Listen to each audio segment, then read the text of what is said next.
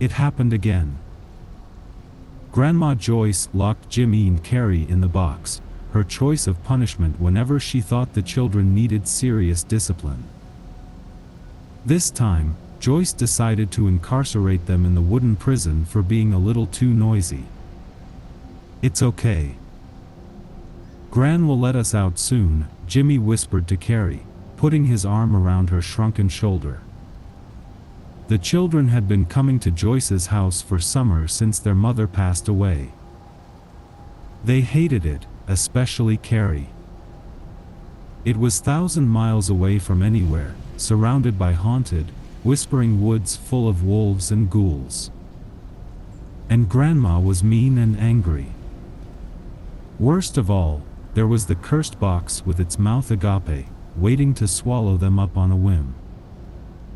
The box sat inside the master bedroom of the house, which Joyce did not use. It was made of hard gray wood which bore the scars of many journeys. Clearly, it was kept for the sentimental reason for whoever placed it there. Its rustic, unassuming appearance may have elicited some tender feeling from someone seeing it for the first time. But, for Jimmy and Carrie, it was just an object of fear and hatred, like a prison. At first, Joyce kept the children in the box for a few minutes at a time. But gradually she became meaner and the duration of the punishment grew longer, sometimes up to several hours. Joyce seemed especially angry today, and there was no telling how long they'd be locked up. Carrie was quietly weeping next to Jimmy. He tightened his hold around her so she could be in an embrace. "Who the hell are you?" Joyce suddenly yelled from across the house. Sounds of struggle and violence followed, then, a thud. The footsteps of people scurrying around the floor echoed around. Jimmy could sense the frenzy of the intruders' activities as things were being knocked down and smashed. He knew the house was being robbed. He also knew Joyce was probably attacked. Next to him, he could feel Carrie tensing up, seized by a panic. Instinctively, he put his hand on her mouth. Then, Jimmy heard someone yelling, "Hey, look at this box here." He started shaking and banging the steel lock, keeping the lid shut. He made several attempts but quickly gave up. Hell with it. He kicked the side, then walked away. Once the noise of the robbers faded away, Jimmy began to speak, softly at first, "Grandma."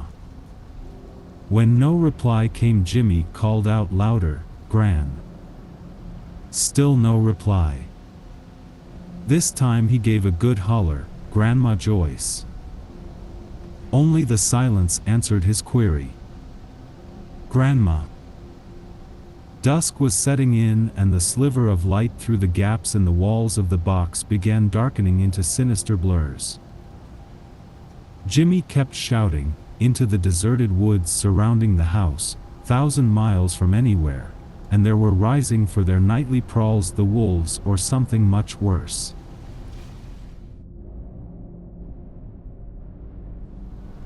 Does anyone actually like icebreakers? I've always found them to be so awkward and unnecessary.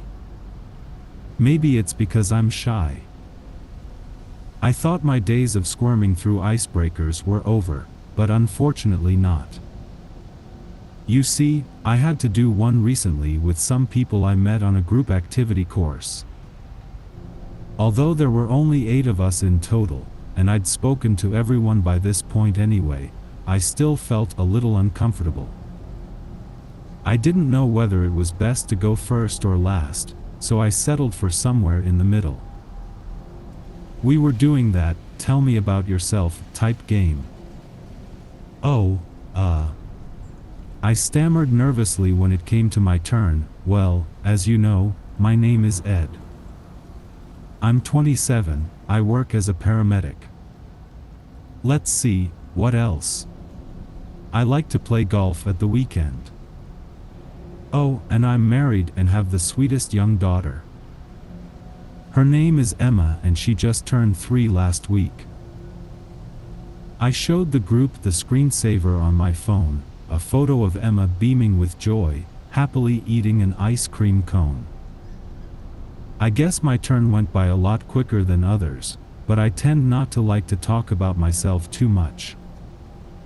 I don't think it mattered, anyway. After all, Greg spent the longest time talking, and it was him we chose. It's not that we're bad people.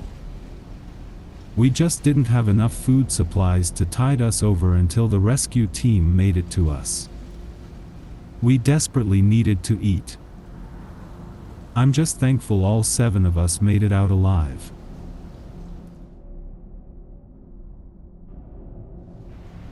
No amount of new clothes and school supplies could sweeten the bitter pill that was return to school. Sophie could not even articulate why she hated school so much. She had tolerable friends and teachers, and was reasonably smart enough not to struggle with the work. There was no logic to explain the burning hatred she felt towards school. She refused a drive on the first day, preferring to walk.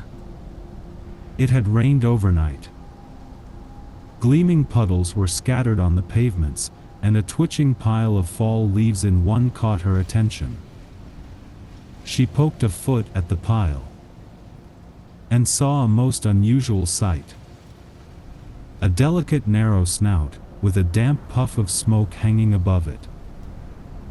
Overcome by a joyous burst of curiosity she had not felt since she was 3, she bent down and brushed away the leaves with her hands.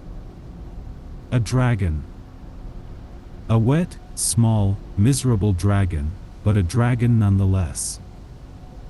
A perfect dragon, sat in the middle of a puddle on the way to school. Without thinking, Sophie reached out, scooped up dragon and cradled it in her arms. It was the size of a pigeon. The dragon flapped its wings irritably and said very clearly, "I did not give you permission to pick me up." A gaggle of loud smaller children passed by, hooting, stomping around in big rubbery gleaming wellies, and jumping aggressively in the puddles. Sophie said, "Would you like me to put you back in the puddle?" The wet dragon clearly couldn't fly, nor could it breathe fire. It contented itself by glaring angrily at Sophie from its orange-red eyes. Sophie said, "Why don't you spend the day at our place? I'll keep you safe. Once you are dry, you can fly off. I'm not going to try and imprison you." The dragon thought a moment. "And what do you want in return?" The words came out by themselves. Sophie had no conscious recollection of forming them. "Burn the school down. Please." The dragon nodded solemnly. Sophie ran home and carefully laid the dragon on her bed, where she knew he would be undisturbed for the rest of the day. Sophie still blames herself for not specifying the time the dragon should burn the school down. But then, how could she have predicted the exact moment that he would be ready to breathe flames and fly? She had left him that next morning looking still quite miserable and ill, with no apparent desire to leave. How could she have known that around 10 a.m., he would take wing and soar out of her room? The first she heard of it was the fire alarms going off during second period.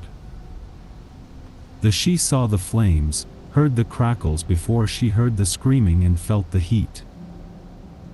She had had no idea how thoroughly a dragon, even a small dragon the size of pigeon, could burn things. She survived that terrible school fire that still is a mystery, but many others didn't.